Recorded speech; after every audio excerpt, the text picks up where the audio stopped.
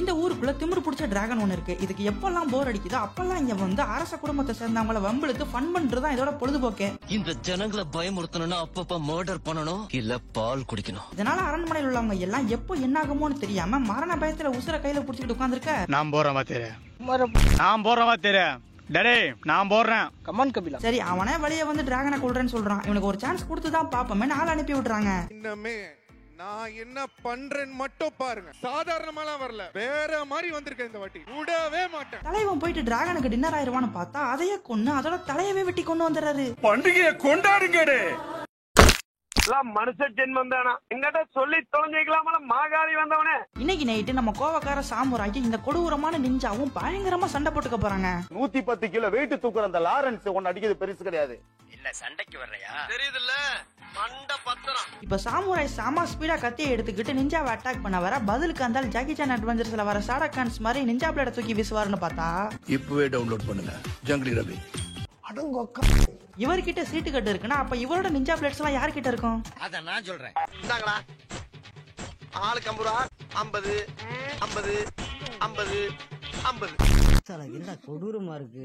இந்த பொண்ணு உயிரை பணைய வச்சு பயங்கர ஹைட்டா இருக்க 2 பில்டிங் நடுவுல கைத்த கட்டி அது மேல நடந்துகிட்டு இருக்காங்க.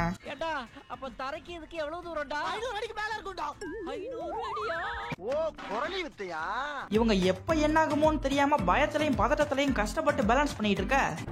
உனக்கு ஏம நான் தான்டா. ஏண்டா டேய், எனக்குன்னே வருவீங்களாடா? ஏன்ட்ட சரசம் பண்றக்கே வாட்டாப்பே உங்களை பெற்றுறாங்களா? டேய் என்னடா என்னமோ பண்ற போய் சொல்லடா. டக்குனு அந்த பறவை பறந்து போயிட இவங்க ஃபோக்கஸ் மிஸ் ஆகி கீழே விழ போறாங்க. ஆனா எப்படியோ கடைசி நிமிஷத்துல பேலன்ஸ் பண்ணி எஸ்கேப் ஆயிடுறாங்க.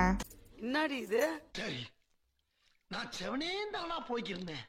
இந்த ஆளு ஒரு பயங்கரமான ஸ்விம்மர். தலைவன் உள்ளூர்ல இருக்க குளக்கரையில இருந்து வெளியூர்ல இருக்க கடற்கரை வர குளிக்காத இடமே இல்ல. அதான் வர்க்கீஸ். இப்ப இந்த இடத்துல ஏதோ புதுசா ஒரு ஸ்விம்மிங் பூல் கட்டி இருக்கதா கேள்விப்பட்டு அதுலயும் குதிச்சு குளிச்சு பார்த்துட்டு எப்படி இருக்குன்னு ரிவ்யூ சொல்லலாம்னு வந்திருக்காரு. நான் தாண்டா லியோ தாஸ். கடைசியில பார்த்தா இது ஸ்விம்மிங் பூல இல்ல, ஸ்னோ ஸ்கேட் பண்ற இடம். அது தெரியாம இந்த கிறுக்கன்னா குருட்டு போன விட்டத்துல பாயிற மாதிரி கண்ணு மூணு தெரியாம தலை குப்புற விழுந்து செத்து கிடக்குறான். உண்மையாவே லூசு தான் போல. இந்த ஆளு ஜாலியா வீட்டுல உட்காந்து ஆம்லெட் செஞ்சுக்கிட்டு இருக்க. உடனே போன் பண்ணி ஹெல்ப் கேட்க ஹாஸ்பிட்டல்ல இருந்து இந்த நர்ஸ் அக்காவை ஃபர்ஸ்ட் எய்ட் பண்றதுக்காக அனுப்பி வச்சிருக்காங்க. வாங்கம்மா, வீட்டுக்காரர் என்னமா பண்றாரு? விளக்கு மாதிரி பின்றாரு. இப்ப முதலுதவி எல்லாம் பண்ணி முடிஞ்சதும் பேஷண்ட் அள்ளி ஆம்புலன்ஸ்ல போட்டு சாமா ஸ்பீடா ஹாஸ்பிட்டலுக்கு போயிட்டு இருக்க. போறா தம்பி பிரேக்.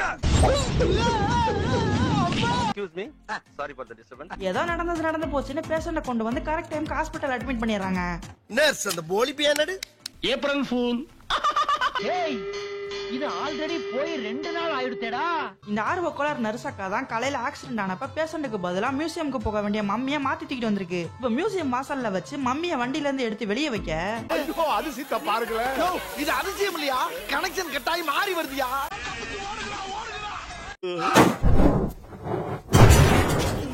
படுபாவிகளா, ஒரு காக்கா இம்புட்டோண்டு ஆயிருந்ததுக்கு இவ்வளவு பெரிய கலவரமாடா. இந்த லைஃப் கார்டு என்னடா இது, நம்ம லைஃப் மட்டும் ஏன் இப்படி உப்பு சப்பே இல்லாம ரொம்பவே போரா போயிட்டு இருக்குன்னு ஃபீல் பண்ணிட்டு இருக்க. ஐயா காப்பாத்துங்க காப்பாத்துங்க. தென்னையில கிடந்தவனுக்கு திடுக்குன்னு வந்துச்சான் கல்யாணங்கிற மாதிரி. இப்படி ஒரு வாய்ப்பா? இதெல்லாம் நடக்குமா நினைச்சனே, நடந்துருச்சு. சரி, சட்டு போட்டு நாளை காப்பாத்தி ஆக வேண்டியதை பாக்கலாம்னு நினைச்சா இன்னொரு பொண்ணு வேற காப்பாத்துங்கன்னு கத்த ஆரம்பிச்சிருது. கண்ணா 2 லட்டு திங்க ஆசையா. ஆனா தலைவனால நினைச்ச மாதிரி 2 லட்டு எல்லாம் திங்க முடியாது. யாராச்சும் ஒரு ஆளை தான் காப்பாத்த முடியும். சரி, எதுக்கு கன்ஃபியூஷன், பேசாம டாஸ்க் போட்டு பாத்தரலாமே காயின சொல்லி விட. இனி நான் போற பாதை சிங்கப்பாதை. ஏண்டா நல்லெண்ணெய் சாப்பிட்டா பொம்பளைக்கு மீச வளரும். எடுறா கைய. என்ன ஆம்பளை குரல்ல பேசுற? நானும் ஆம்பளை தான், பொம்பளை வேஷம் போட்டு வந்திருக்கேன்.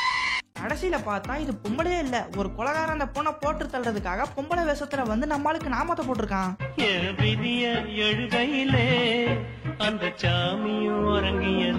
நேத்து நைட்டு நடந்த பார்ட்டியால பிரசிடென்ட் ஆபீஸ் ஃபுல்லா படு கேவலமா கன்றாவியா மாறிடுச்சு. அதை கிளீன் பண்ணதான் இந்த பொண்ணு வந்திருக்காங்க. ரூம் எவ்வளவு கேவலமா இருந்தாங்க. நம்ம கடமையில கன்னு மாதிரி இருக்கணும்னு உடனே வேலையை ஸ்டார்ட் பண்ணிடுறாங்க.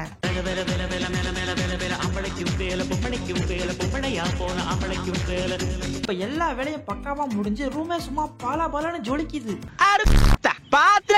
ஒரு நிமிஷம் பேசினே யாருமே பார்க்காம டிவி வேஸ்டா ஓடிக்கிட்டு இருக்கேன்னு ரிமோட் எடுத்து ஆஃப் பண்ணலான்னு பார்த்தா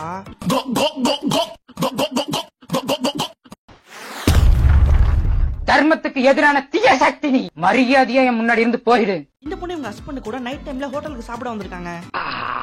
உனக்கு பிடிக்குமா? எனக்கும் பிடிக்கும். இங்க குளு குளு கூழ் கிடைக்குமா? அடுத்து ஐஸ்கிரீம் எடுத்து சாப்பிடலான்னு பார்த்தா ஒரு காரக்காரன் கண்ட்ரோல் இல்லாம செம ஸ்பீடா இவங்க பக்கமா வந்துகிட்டு இருக்கான். தூக்கி அச்சாம்பார் மேல கட்ட பறகுது தெரிக்குது. இப்ப நடந்த கொடூரமான இந்த சம்பவத்தை மாத்தி அமைக்க இந்த பொண்ணுக்கு ஒரு ஐடியா வர உடனே வீட்டுக்கு போய் தன்னோட மொத்த அறிவை யூஸ் பண்ணி டைம் மிஷின் ரெடி பண்ணிட்டு இருக்காங்க.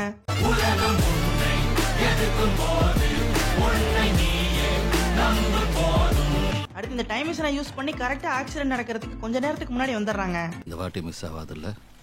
மிஸ் ஆகாது. செஞ்சிடலாம். செஞ்சுட்டா போச்சு. இப்ப இந்த பொம்பளை நடக்க போற ஆக்சிடென்ட பத்தி சொல்லி இவரை காப்பாத்துவான்னு பார்த்தா ஐஸ்கிரீம் எடுத்து சேஃபா வச்சுக்கிறா.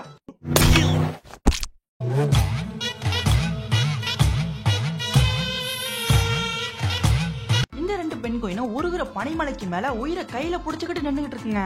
என்ன வெயில், என்ன வெயில். 110 டிகிரி ஆமியா. ஐயோ என்னடா பைப்ல லைட்டா விரிசல் விடுது. என்னடா விரிசல் டெவலப் ஆகுதுடா. நல்ல வேலை கரெக்ட் டைம்ல பசுமை புரட்சி பண்ணி அழியிற நிலைமையில உள்ள விலங்குகளை எல்லாம் காப்பாத்துறவங்க இந்த இடத்துக்கு வந்துடுறாங்க. கவலைப்படாதயா, அமைதி அமைதி. கரெக்டான நேரத்துக்கு கரெக்டா வந்து கலக்குன்னு கலக்குவோம்ல. அங்கதான்டா இருக்கு இந்த ஸ்டைல் பாண்டியோட ட்விஸ்ட்.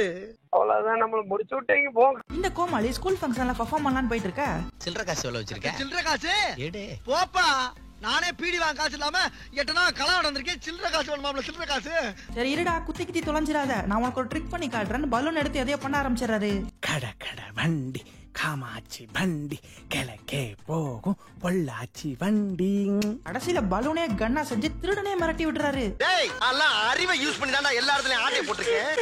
அப்படிப்பட்ட அப்பாவியவே ஆயுதத்தை தூக்க வச்சிருந்தாலும் அப்படியே தலைவன் மறந்தாப்புல இந்த பலூன் கண்ண ஸ்கூல் ஃபங்க்ஷனுக்கு கொண்டு போயிரா. அங்க இருக்கவங்க இதை பார்த்து பயந்து போலீஸுக்கு கால் பண்ணிடுறாங்க. அதாண்டா இதாண்டா நான் தாண்டா